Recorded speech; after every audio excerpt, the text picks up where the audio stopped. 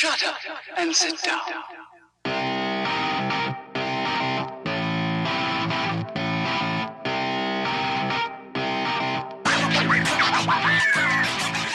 This is the Weekendology Podcast, the podcast with the hottest takes, the best talking points, and stories to spark your weekend conversations.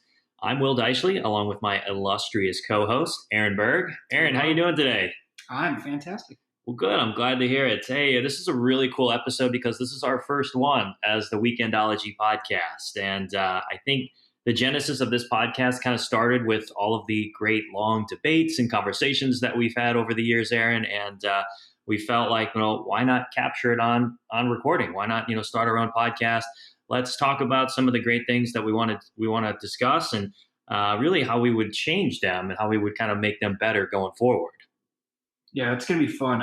For those who don't know, we were on Case-Loo Sports, the illustrious Case-Loo Sports, and I'm the illustrious co-host. So yes, you are. Yes. But we were on Case-Loo Sports at St. Louis University together and graduated in 2014. So it's been a while, but good to partially reunite, get the band back together, and do it in a very 2019 style podcast instead of radio. Yeah, we decided to hop on the podcast bandwagon. All of the hundreds. There wasn't enough. No, they needed more. Yeah. It wasn't original. But we're going to be different in the sense that we take different topics. We're going to be discussing really kind of all across the board. We're big fans of sports, movies, music, really anything that you can think of. And the goal of this is to talk about what we think we can do better or how we would change things to improve upon them.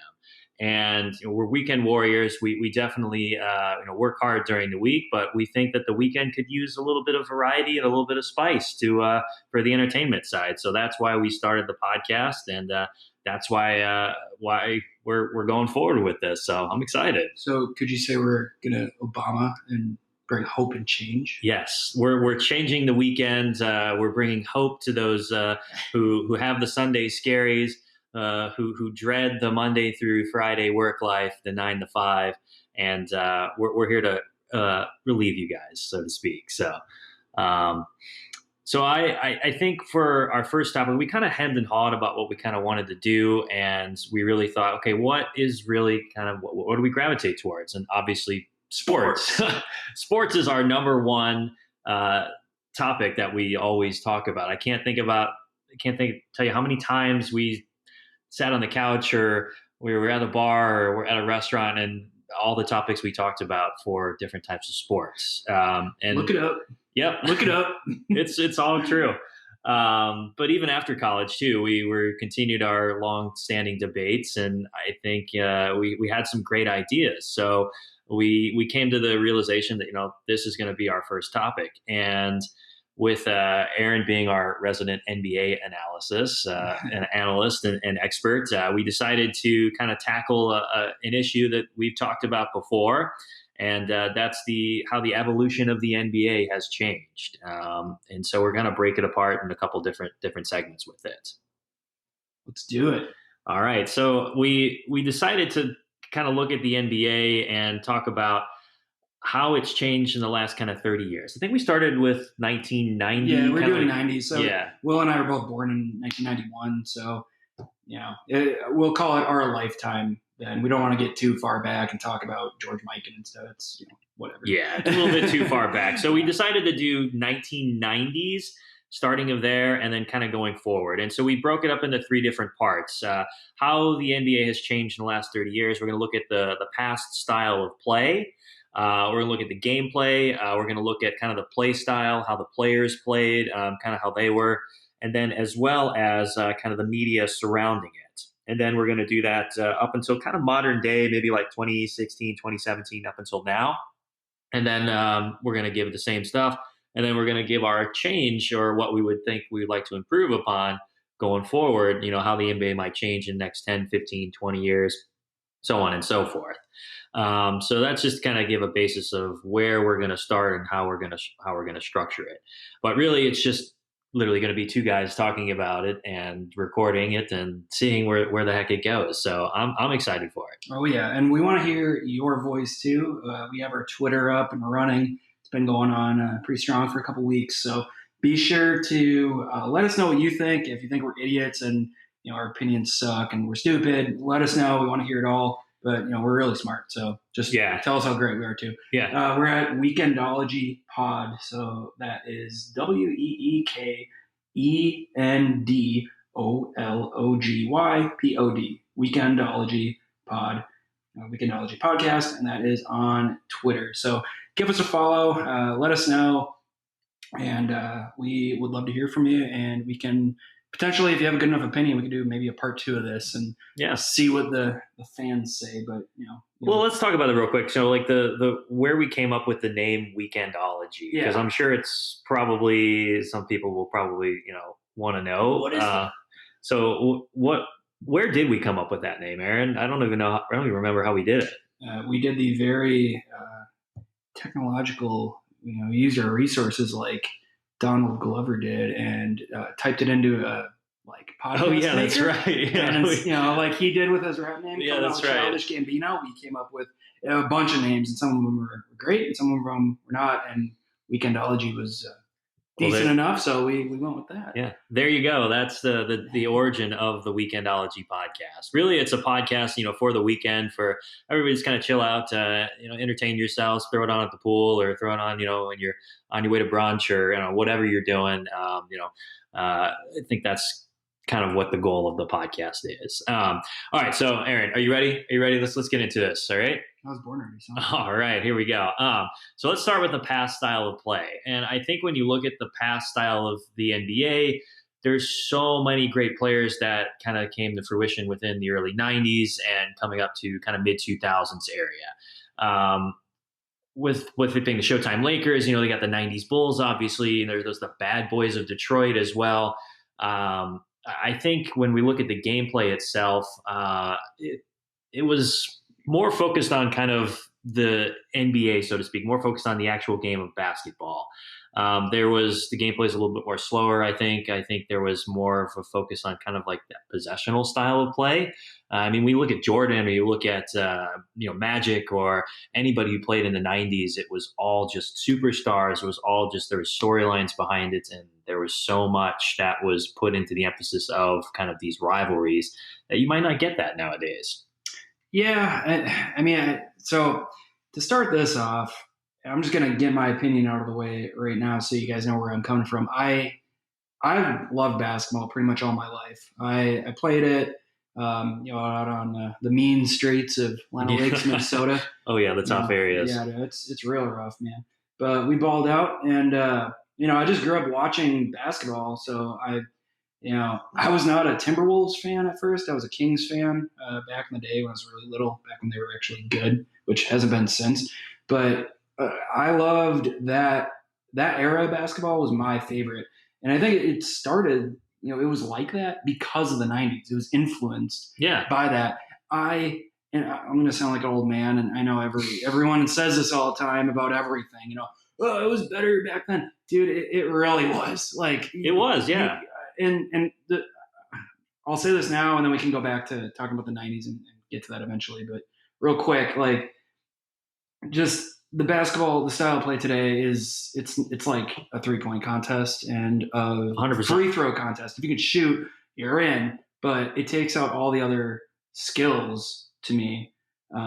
So it's boring to watch, and I honestly don't even watch it anymore. I'll watch it every once in a while, but man, I would watch every single game that was on TV when I was like 8 or 9, and going forward until a couple of years ago. So it was so much better, and we'll get into why, but that's my take on it.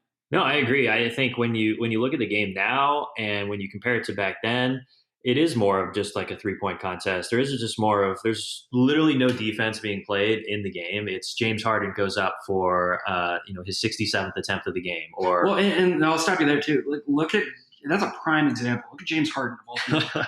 He's at my beloved Arizona State. So no, I didn't go there. I love ASU. So it is what it is. We'll get into that. Leave me alone. I'm an honorary alumni. I'm like George Bush at SMU. But so anyway, the dude came out of ASU and he was good. He's a star player. He's great. Cover of Sports Illustrated. He's a good player, but he's like he is now. And sure, he got better along the way, but he's like he is now because of the style of play.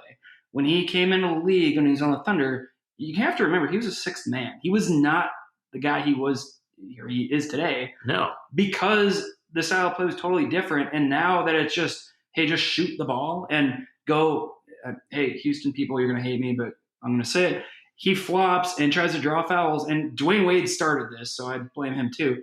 Like, these guys will get the ball, and it's just basically one-on-one. You know, they might pass around a little bit, but it's get it to your star, drive a lane, draw a foul, or go up by the top of the three and knock it down, and that's it. And the NBA has gotten a lot under criticism for that too. I think when it first started, there was a lot of players who kind of shunned that type of mentality or that type of play style. But then as kind of the years went on, is when it got more popular, people realized, and the NBA realized, okay, well, these guys are putting up, 20, 30 extra points per game than, 5-6 years ago. Right. This is drawing more fans in. This is drawing a whole lot more publicity to the league itself. Right. And I think what's funny is that like the NBA cares more about its brand than it does the actual gameplay of itself. I think that's every league, though. Yeah, no, it's true. And Look it is at the every NFL. league. Yeah, but I think the NBA has done such a good job at branding itself as more of a lifestyle type of league.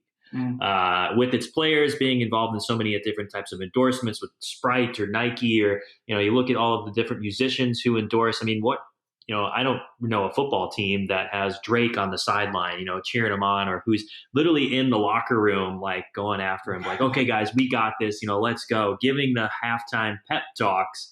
I don't know any other sport that really has that kind of involvement. Well, football with does. publicity. Football, they got like Snoop Dogg. He's a Steelers fan randomly, and the Rams of YG. It's just, I guess, yeah. They have it. It's just, I agree though. I think basketball has really taken like a life of its own. About the endorsements though, I wouldn't relate that to the style of play, because like that's it. I mean, honestly, let's carry this back to. We have enough time to gripe about the current day. Yeah. But like, let's carry this back to the 90s, and that's a perfect segue back to it. Jordan really started. I mean, Magic, Jordan, the Dream Team, that kind of set of people, those guys started those endorsements. I mean, think of the McDonald's, which is hilarious. You had Michael Jordan endorsing like McDonald's and junk food and stuff. Yeah. But, I mean, like Shaq was endorsing Burger King, and it's hilarious. But anyway, like, that started in the 90s, and that I think is, and all the credit to those guys, because like they really created that culture of, hey, this is more than just a game. This is a lifestyle. And then I think, not to get too off topic, but talking about the style, you go into like Allen Iverson. He carried it into the hip hop culture, and bringing it to the hip hop culture, it made it okay, like brought that together. So you saw more rappers with NBA players. You had like Jadakiss on the Allen Iverson Reebok commercial, just more of, and there's a million other examples, but that just comes to mind like in that era. And it's like, well, you didn't see that as much, and then it's huge. And now it's like, it's still huge. You got Drake or whatever. And I think you bring up a good point of Jordan too. I think he was one of the first players to like brand himself as such an influential person, both on the court and off the court. Arguably probably the best player of all time, next to LeBron, I think, but probably the most successful player. LeBron? I would say they're equal. No, I'm saying Jordan's better. I'm saying LeBron's number two. No. Yeah, he's number one. LeBron's number two. But I think he was obviously the first one to build his $1 billion brand with Jumpman and Air Jordan and all that kind of stuff as well. With that, do you, like talking about the style of play, do you think that was because the NBA, to go back to like the 90s style play, like you said, it was more positional. You had a true point guard, shooting guard, small forward, power forward. Center, was that because he was such, and I'm not saying like Magic Johnson wasn't there, Larry Bird or whatever, but those guys, I feel like Michael Jordan was so different because he wasn't the typical shooting guard of, hey, you're going to sit and you're going to shoot. He wasn't Ray Allen, He was like so different and so much. I mean, he's just so incredible at basketball, but like he was so transcendent with that style of play.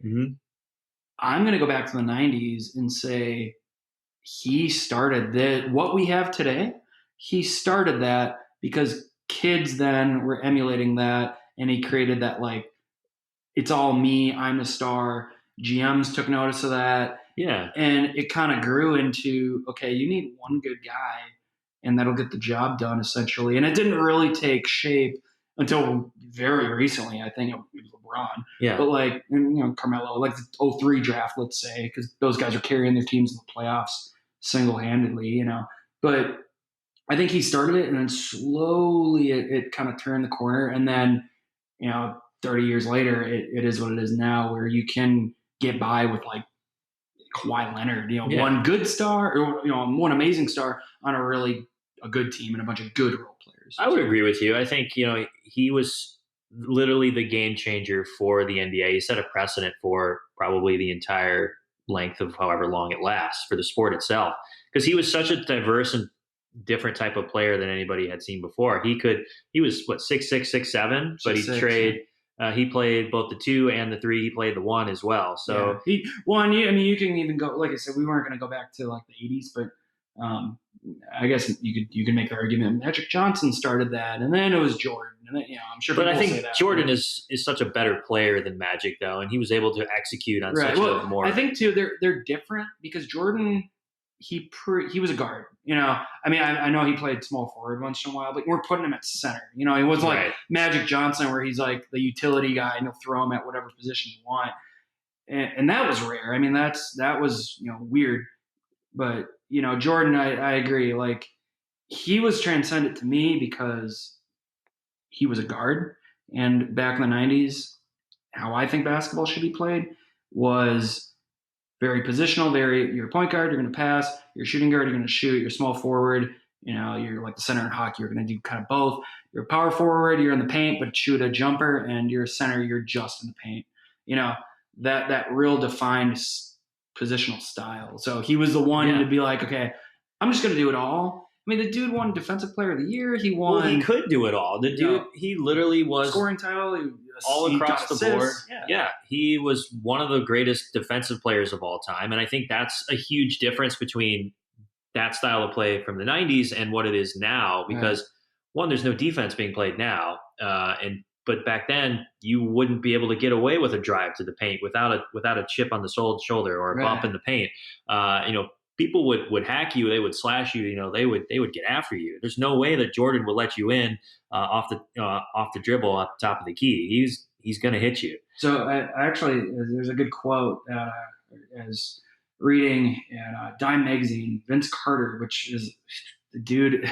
He's still playing. Do you realize this is incredible? I just thought about this the other day. The dude is going to be playing in 4 decades. That's insane. He played in the 1990s. He played in the 2000s, like 2000 to 2010. I feel like people say 2000s nowadays, and they're talking about like 2015. No, that's really not it. But so 90s, 2000s, 2011 on to 2019, and then he's going to be playing in 2020. That's the new. This guy's going to cover 4 decades. This dude is literal time traveler. Right. So this is incredible. This is like a once in a blue moon type deal. But interesting you brought that up because he says he's talking about in the interview how all the reasons the game has changed, and he brought up how you can basically be any height, play any position. Like Ben Simmons or Kevin Durant. Oh God, don't get me started about Ben Simmons. Well, we can get into that when we gripe about the current game. But so he was like, he says, also, I don't think guys could handle today's game when he started. He started in 98. He thinks some guys may be able to adapt, but a lot couldn't, which was a shot. When I saw that, I'm like, oh, wow, you're okay, nice. I love when guys are honest like that. And I agree. Yeah. He says, the game is faster now, but back when he played, guys were allowed to put their hands on you, and a flagrant foul, what they call it today, it was just a common foul then. Or he even went on to say, guys would hit me in the head, or guys would knock him down, and he'd be like, hey, ref, where's the call? And the ref's like, keep playing, get back in the game. It's just, it's crazy. Like, and now a guy touches the top of your head, and that's a flagrant 2, you're out of the game. It's funny you bring that up because I remember watching a couple games in the 90s. I was a really small kid, maybe like 6, 7, 8 years old. But I remember very distinctly that it was actually Jordan in the playoffs. I think it was like 97 or 98 or something. Against the Jazz. And he got injured. I think he like twisted his ankle or something, and he was limping. I think nowadays most players would probably go off. They would call him. They would take him out of the game. Do you think Kawhi Leonard would go back and no, 100% no. What do they call it? Load management? Yeah, yeah. But anyway, he's like sprained his ankle or something. He's injured, and they come over to him and they're checking him out, and he's like, no, I'm fine. And so he puts a small wrap on the ankle. He goes back out there. He breaks people's other ankles crossing over, and he wins the game by like 15 points or something. Like, I don't think you would see that in any day in today's age for any of the games, or any of the players would do that because people played through injuries back then. They weren't scared to. That's the thing of even, and this is, that goes into going back into the point of like, that's another reason I can't stand the NBA today. And I don't want to sit here and be like, oh, I hate the NBA, it's awful, whatever. There's good things about it. I'm not saying it's terrible and it's unwatchable, whatever. But the fact of the matter is, like, it used to be so fun to watch because you had exactly that. You had competitors. The 90s. Dude, I watched a video the other day of Karl Malone just taking out Isaiah Thomas. Elbowed him in the head. Mailman was so much fun to watch. Oh, yeah. And that's the thing. I loved it. That's a Hall of Famer. Like, these aren't goons. These aren't like Robert Swift, down in the paint. Like, these are like real good. I mean, Hall of Famer caliber. They can do it all. And they're still going out there and being enforcers, which I think you need in every sport. I'm not saying go be a low skilled player and just go beat people up, but like, you still need to enforce, I guess, your team. You got to show that you mean business and you're competing. That's the thing that bothers me with these guys. And though they don't want to play, or not, maybe not them, because I know they have to listen to what their coaches say or whatever. But Kawhi Leonard, LeBron, even, man, come on, LeBron's taken off load management. It's always been since we're just sticking with the 90s here. It's been an 82 game season since then. Yeah. Why didn't Jordan have load management? Why didn't Barkley, Malone, Stockton, Pippen, blah, blah, blah, blah? Like, why didn't any of that? I think I can answer that, actually. And I think it's the amount of money that goes into the players and the amount of money that now the NBA has been bringing in. So, back then, I don't know what the average paycheck was per player, or how much each of the salaries were, but I think it's obviously increased now. It's so much more now. I mean, look at Kevin Durant. He's getting paid $200 million over, X number of years. So I would say that, if you have double the amount of investment in a player, it makes sense to be more cautious with them. Does it contribute to the overall style or quality of the game? No, it detracts from that. It's terrible. But I agree. But with that, what are we trying to do here? I mean, I get it. It's a business. I totally understand. Oh, yeah. I get it. Where everything's in it to make money. Everything in the world, pretty much. The end goal is, let's just make money.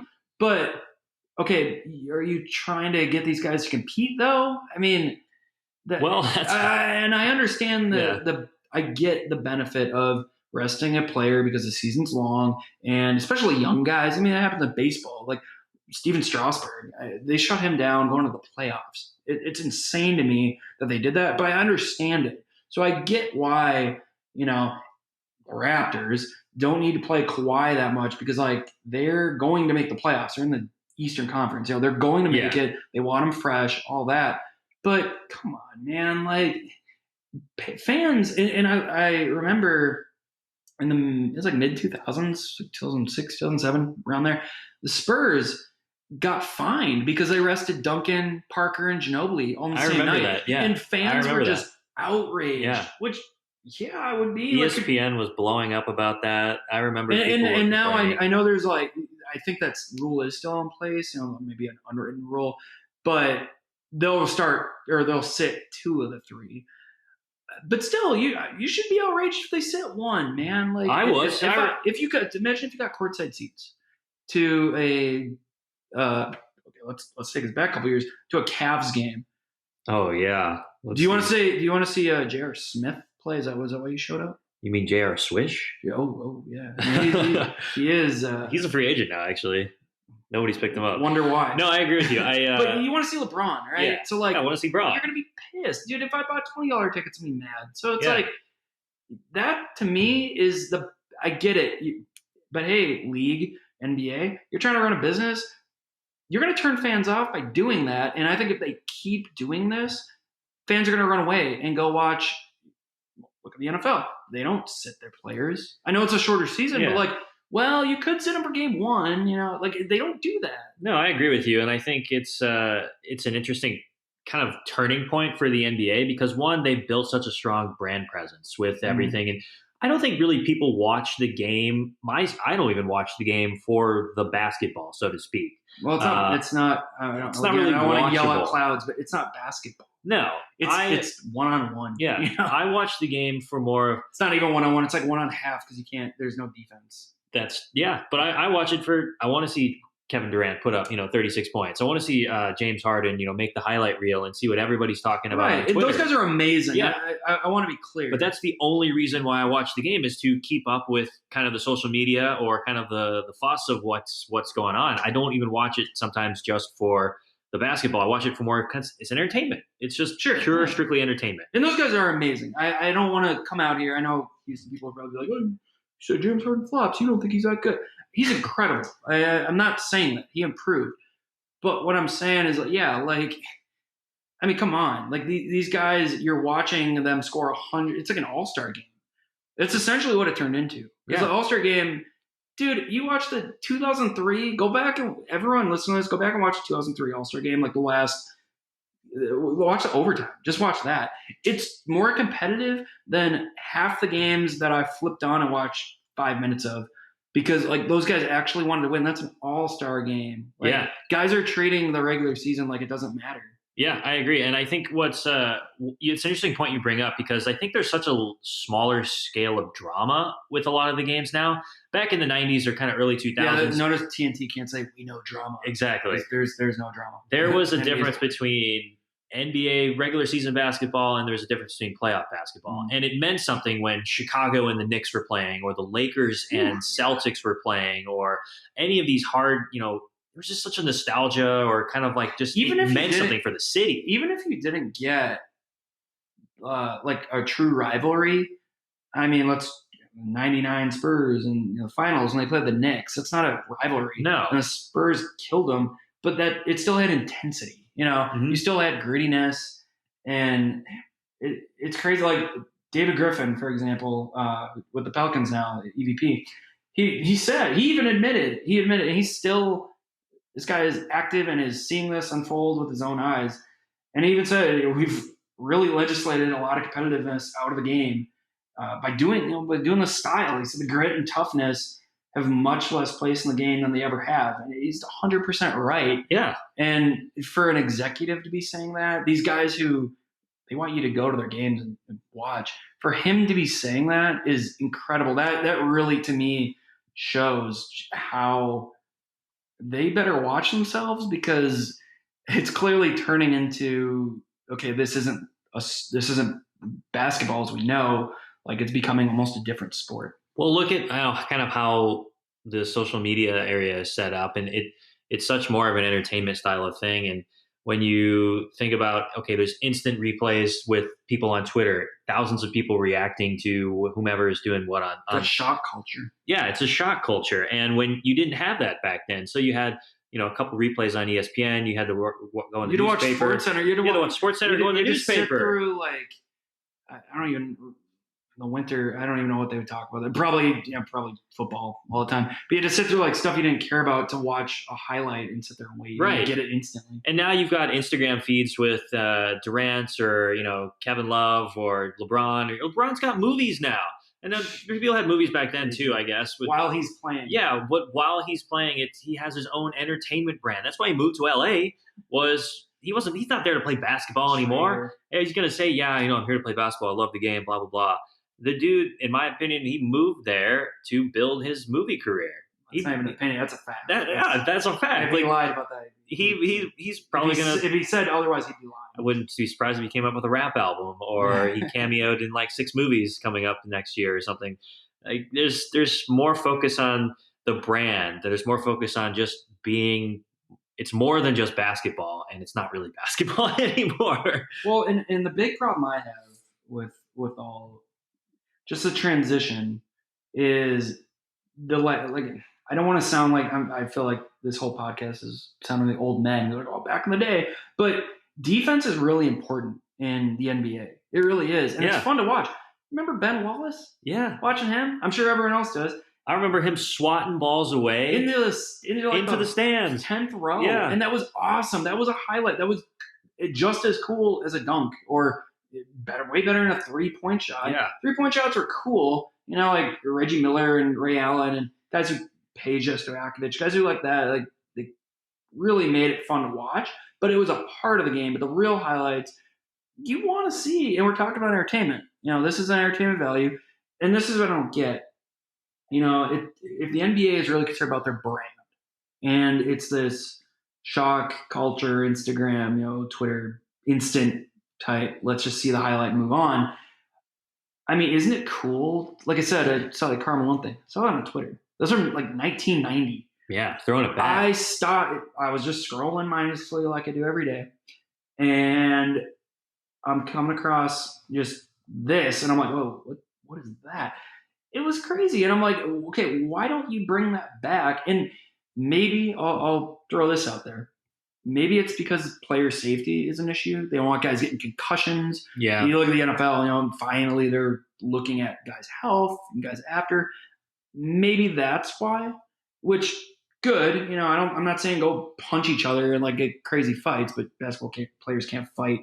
You know, you could do the old Kevin Garnett or Carmelo Anthony and throw a punch it back up. You know, But I just think that defense is good for the brand. It's also good for the fundamentals of the game because you have kids, and this is why I don't think it'll change anytime soon. You have kids just copying Steph Curry and these guys and the Warriors whole team essentially, and guys are just jacking up threes, and that is like how, and I'm sure coaches are teaching them that too, and you're losing the fundamentals. They're doing the Curry, Euro step in, or it's a European. It's what European basketball has always been, and I do. Let me say this: I'm not just going to complain about today and say it's terrible, because the one huge, just really good thing for the league is this huge influx of European players. It's been happening for a while, but I think that's because it has been evolving into what it is today. And I think that's awesome. And going back to it's a brand, they're trying to make money. It's also just cool to see all these different cultures from literally almost like every country coming in and playing. And these countries never even played basketball. You got guys from Iceland now playing basketball. I think that's awesome. Cool. That is cool. I'll say that. And I think it kind of contributes to the level of athletic prowess that the players have nowadays. I think there's more of the players nowadays are more athletic and they're better quality than what you would get, you know, kind of back then. So there's deeper benches on these teams because all these players and big name players are coming together. Yeah, you got to be able to shoot. You got to be able to bring the ball up, you know, somewhat. You can't just be, you know, this. I mean, Durant's bringing the ball up. He's 6'11". Same with Ben Simmons. Giannis is bringing the ball up as well. So like you have these freakishly athletic. These are athletic, guys who, they would be power forwards, maybe even centers in the 90s and that 2000s. Kind of contrasts how we were talking about, like there's such positional style of players back in the 90s, early 2000s where you had, you know, shooting guard, point guard, you know, now it's just stretch bigs who play the 4 and the 5. I say that in air quotes, but are really more of just kind of pseudo guards, so to speak. Well, there's not really positions. No, anymore. There's not. You don't, and it's funny because they still call them point guard, shooting guard, small forward, power forward, center. You don't need to do that. Like, I get it for the lineup, you know, for you tip the ball off, but like other than that, who cares? Like they're all by the key, top of the key anyway. Yeah. They're all out of the paint. There's a huge open paint now, you know, so it's just like, why do you even have positions? Like, who cares how tall you are? I mean, it doesn't really matter anymore. Right. Well, and I think it's going to be interesting because I think with this change, you're not going to see guys like Muggsy Bogues, I know that's extreme, but or Spud Webb or Isaiah Thomas or guys, even Allen Iverson. You're not going to see guys who are under 6 feet tall anymore. They're all going to be over 6 feet tall because you can be 6'11" and you're going to be taught as a kid to bring the ball up, to shoot, to do all offense. And defense is so you don't even have to play defense, and they'll just be like, "Well, you're good enough at offense. Like, who cares?" So you don't need to do that. So I think if it continues, which I think it will, you're gonna see a bunch of guys who are like 6'5" and up. Yeah. Because if you're short, unless you're just unbelievably quick, which you could drive the lane and get fouled, easily. But I don't think you're gonna see that as much. No, I don't think you will too. And I think look at Curry. I mean, he's not the tallest guy. He's what, 6'2", 6'3" or something. Yeah. So he's about my height, and he's one of the best ball handlers of all time. He's one of the best pure shooters of all time. But at Davidson, he was a small, skinny little kid who kind of got pushed off the ball, and he had to transition his game into being something of more of a quicker player. He had to move, and he had to kind of overcome all of these freakishly athletic, tall people who are now playing and who are also super quick. He's such a good shooter. Yeah. And he was at Davidson, and he is even more so now, probably the best ever to shoot a basketball. I would agree, yeah. The best shooter, not the best player ever. Yeah. The best shooter. Pure shooter. Yeah. I mean, I think that's why he's surviving. Yeah. Otherwise, if he couldn't shoot as well, no way. No. He's not big enough. I don't think he would be as good if he didn't have the level of talent around him too, like Draymond or even Durant or Klay Thompson or Steve Kerr is a good coach. He's a good coach. The guy played under Popovich at the end of his career. And basically was a player coach back then. So he crushed it. He's taken Popovich notes into that. I mean, you're going to succeed. But put him on a different team with lesser quality talent, maybe, or what's that? Are you talking about Curry? Yeah, okay. Curry. Yeah, put him on a different team where it wouldn't be such an all-star level of talent. And I'd like to see him see what he could do. I'm sure he'd still do really well. I'm sure he'd still probably do fantastic. I think he'd be just as good. Maybe. I think he'd be just as good. He's a freak. I mean, he's the exception to the rule. Sure. But I agree. You got other guys who, if you did that, they might struggle. But I think now though, with these stars, I mean, LeBron, you go to the Lakers and all of a sudden they're like, we got to build around him. And I mean, they're doing a horrible job, but they try, to build around where they can to help these guys out. So yeah, I think, and the role players are skilled enough where you can do that because like the guy could be a bum, essentially, but they can shoot a little bit. They're not like just go in the paint, wait for the rebound and grab it if he misses. They can still shoot and play a little more. And I think it's interesting because I will say this: if you put one of those guys in the 90s, I'll agree with Vince Carter. I don't think they could handle it because it's physical, but they can hold their own because they can they can shoot better. They can bring the ball up more. You don't have Oliver Miller, who's like 350 and just like chilling in the paint because he's fat. But seriously, no one does that. Like they can't. Like you won't survive. No, you can't. So I think that's the other benefit that I do see with the game changing, but I still don't like it. Hey, that's all right. There's a lot of things we don't like about it. And there's one point I want to touch on before we got to get to the last segment of what we kind of our predictions or what we would essentially change going forward is, I think back in, was it the 2000s when LeBron went to the Heat for the first time? Yes. That was the first kind of incarnation of the kind of big three where players come together. They understand, okay, we got to come together to win whatever they call them. to win a championship. And now that's obviously spawned off into you have the Clippers now. You had Oklahoma City with that for a little bit. Paul George doing it twice. Yeah, Paul George doing a double there. So you have all these different teams now who are trying to create their own big three, their own big two. Well, I'd even go back before. I think that happened with the Celtics in 2007 when Garnett and Ray Allen. Okay, maybe they were the first incarnation. Right, but I mean, I think you're on the right track though because a lot of people go to the Heat, and I think it was even more so. That big three was even better than the Celtics' big three. Yeah. And they're close, but in my opinion, the Heat were. So I think you're right. I think that really, like, the Celtics were the first one, and like we said before, these things happen pretty early, and then they take a little time, and then someone does it even bigger, and then it's a catalyst, and it really starts going. So yeah, I agree. It started in 2007, like the first one, people were shocked, and then the Heatles came along, and then it was like commonplace. Yeah, and I think it's a good commentary or kind of a warning factor of what could potentially change in the future. Now, is this going to continue? Are we going to see an even increase in the level of branding or the money being brought in for the sponsorships for the NBA? Or are we going to maybe finally wake up and say, okay, people are not coming to games because it's not basketball, or people aren't liking, or the viewership's going down because it's not attracting a lot of people, because it's really not focused on the game so much. It's more on the entertainment. So, it's a good question of what's going to happen going forward. What do you think about like big threes? I mean, or just guys getting together like that? Whether it's Anthony Davis joining LeBron or everyone else joining LeBron, or that sort of deal. Well, I don't think LeBron will be around for more than two more years anyway. Right. So. But do you like that? Do you think that's good for the league? I just wanted to find this out before we get to. Yeah, I'm kind of split on it, just because I don't ever fault a player for doing what's best for their career. Yeah. If they want to win championships, then by all means, that's why you play the game, is to win a championship. You play to win the game. That's why you go and play. I mean, if I ever joined the NBA, I would want to win a championship. So I would do everything I could to try and make that happen.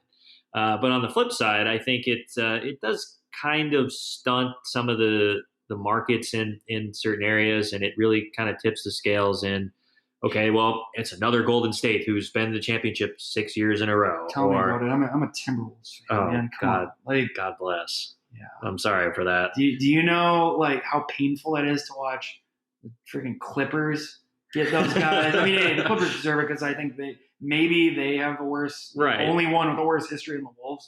But it's just like. But maybe that's a good thing, though, that there's these power struggles within, because you have Kawhi, who's been to the Clippers now, and then you've got Paul George, and they had Chris Paul before that, and then it might be changing though. So I mean, it's interesting because Kawhi won the championship.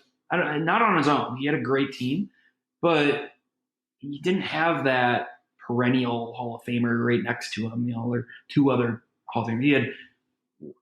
It was crazy. And he wasn't thought of as like LeBron, where he can do it all. He was great, but he really cemented that. Okay, maybe he is kind of that type of guy where guys will try, and it happened. I mean, I think he cemented himself there, and then Paul George saw that and was like, all right, let's go back to what we were doing before and form this super team and win even more. I don't know. I think it's an interesting point.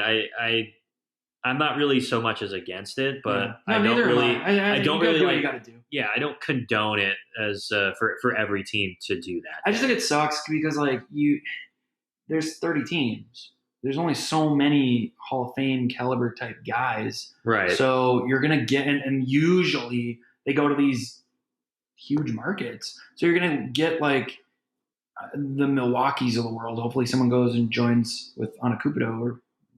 Giannis. I hope so. I love Milwaukee. I love Giannis. He's a great player. I feel like I butcher his name every time still, and he's been in the league for like 4 years. But the Greek Freak.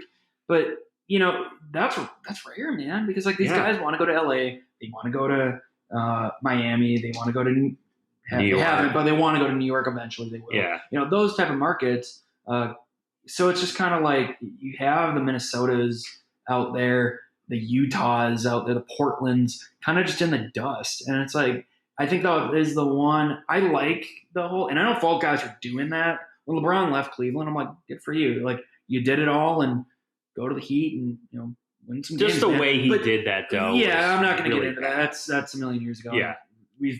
It's been talked about enough. But to do that, I don't fault him for that. I don't fault anyone for doing that. You got to do what you got to do. But as a league as a whole, I just think it's not good because like you said, it's going to be the Warriors every year. Despite their loss in the finals, they're going to be the conference finals at least again. Yeah. These idiots on ESPN or whatever be like, oh, well, they're going are they in trouble? No, shut up. Like they're gonna be back. Like they are. There's like 4 teams every year. This isn't college basketball. Like there's no Cinderellas in the NBA, and there won't be because guys keep doing this. So I'm on board for the players because go get your money, man. Go win your ring. Hey, man, come on. I'm not gonna say like I agree that they should try to do it on their own because you're a competitor and you should just want to win and be confident in your abilities. But come on, if you had the opportunity, you jump in. Oh yeah, totally. But as a branding thing, it's bad because there's no diversity in the league and it's the same 14. Certainly, yeah. So what do we do then? Like what do you want to change about it? Because what should I do? If you had all of the power, you're league commissioner, you're Adam Silver, you're able to kind of have your say into it. Yeah. What are you changing then? Branding, so to speak. Are you breaking up the monopolies? Are you breaking everything up? Or dude, could you imagine if they were like, "Oh, you can't form."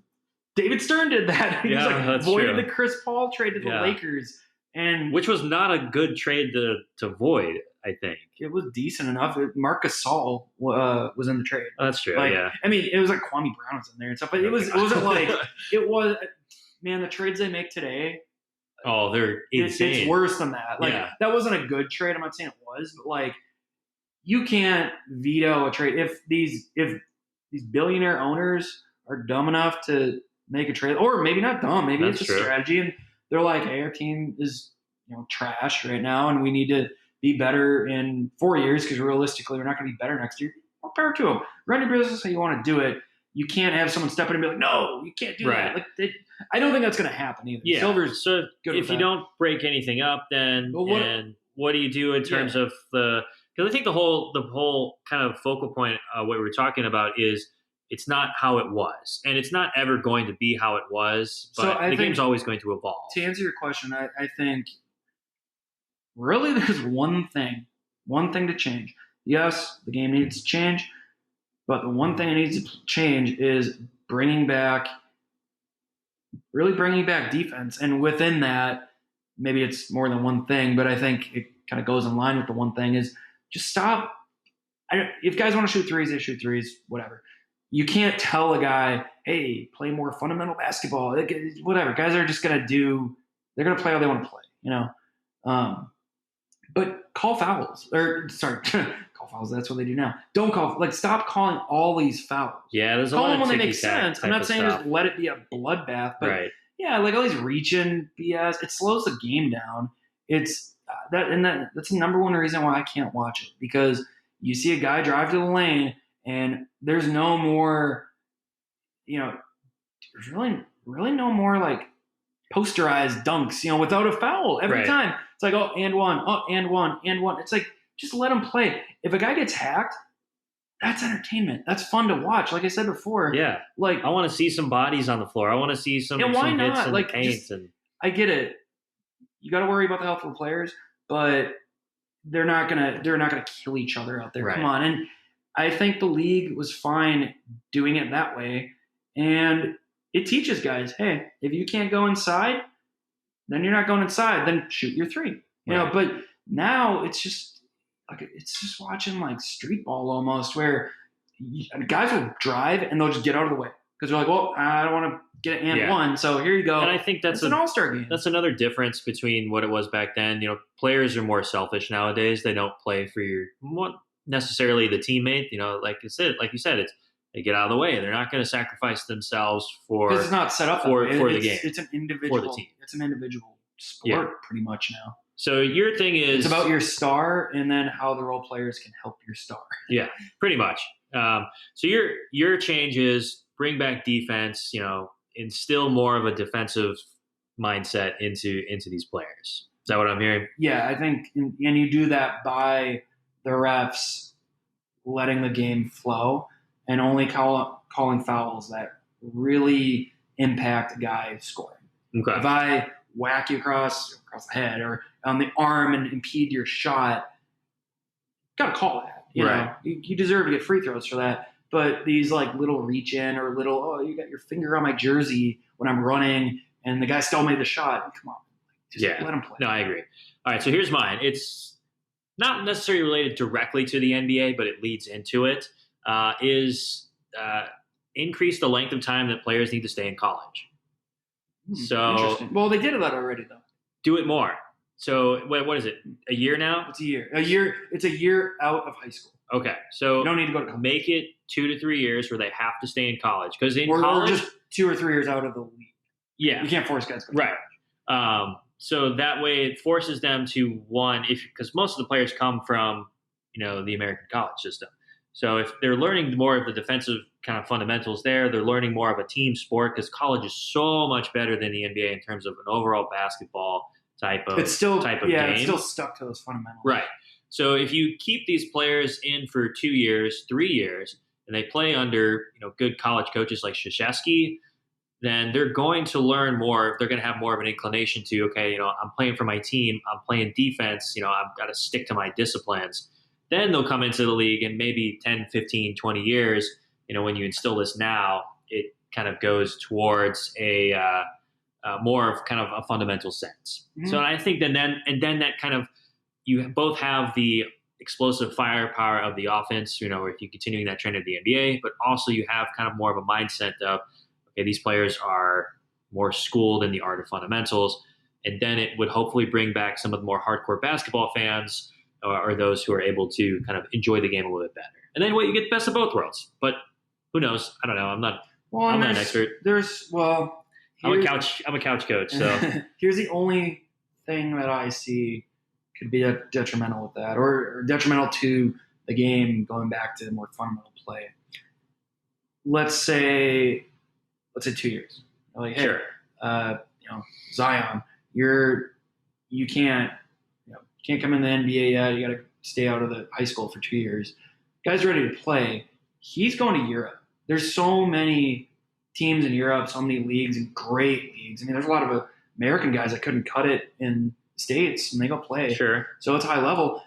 Europe will not change their style. European basketball is what we see today in the NBA, and it has been. So he could go over there, and he's going to learn, or at least get more used to, the Euro style, and lose his fundamentals, then come back, and it's going to be a vicious cycle. Yeah, that's a good point too. So, but if he does come back, nobody's going to earn as much money as they do over here. So it's always going to be a draw. I'm not saying that's a bad thing either. I agree with you. Yeah, that's a separate issue. I think 2 years is I think that'd be fine.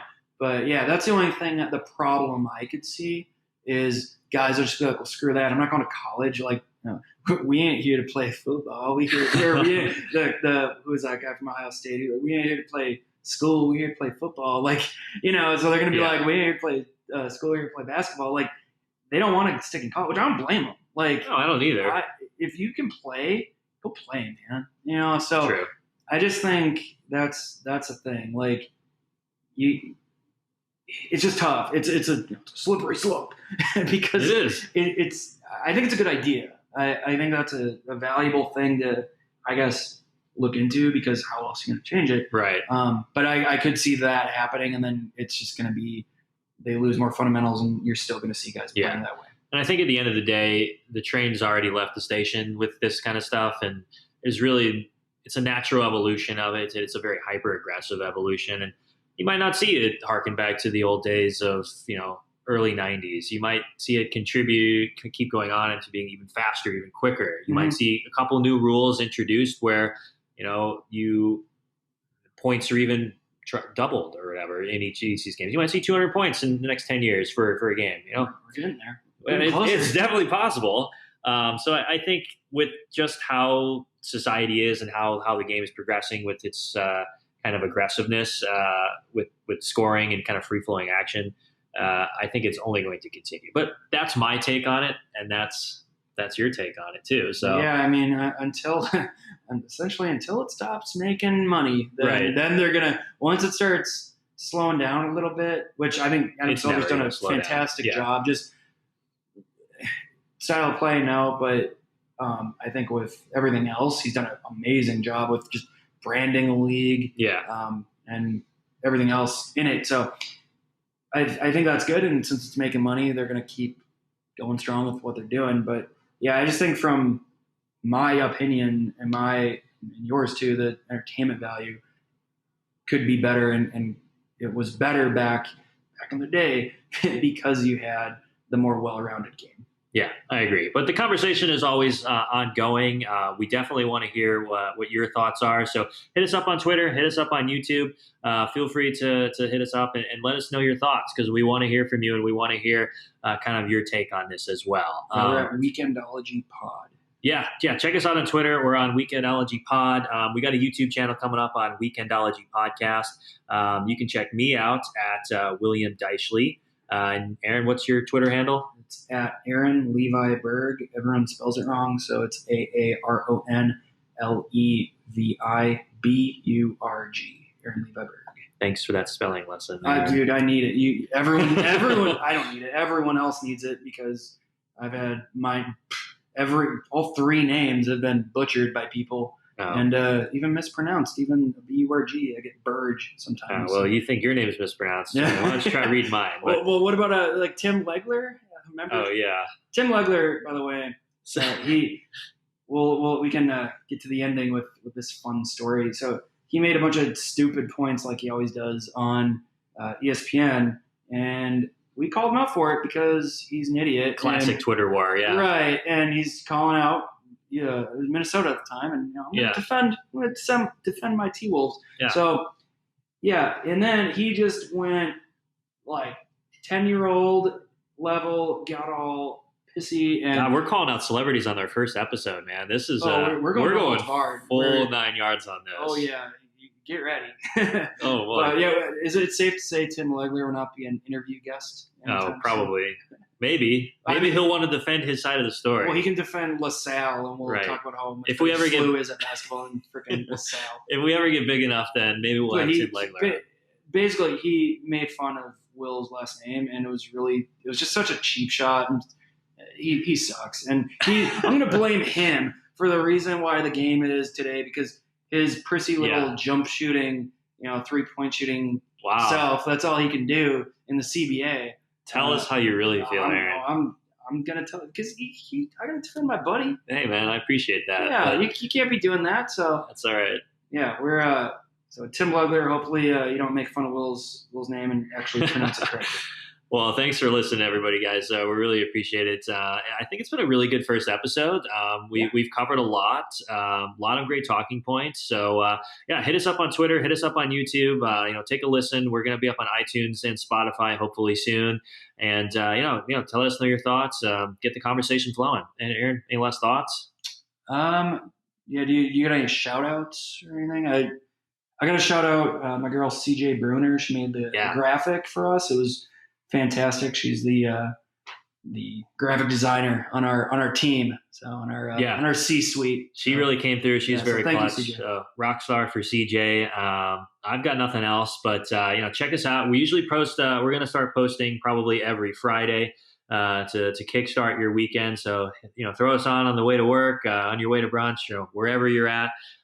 Check us out, and look forward to a lot of great episodes. And future episodes won't be so much griping. We're gonna gripe a little less and not sound too much like old men. But this specific topic, Will and I will sit together and watch these NBA games, and we're just like, oh my God. The conversation could go on for hours. Yeah, but we won't. It has before. We'll spare you the strife for that. Our future episodes will be they'll be good. They'll spark debate, spark controversy, and but hopefully spark thought. And we definitely want to hear you guys' opinions. And this is an opinion podcast, essentially on change. So if some will be what we want to change, some will be what we don't want to change, what we want to keep. So stay tuned, and we'll try to cover the gamut here and get sports, music, pop culture, you name it. Yeah, everything. Well, thanks for listening, guys. This is the Weekendology Podcast with Will Deichley and Aaron Berg. Check us out. We'll see you guys next week.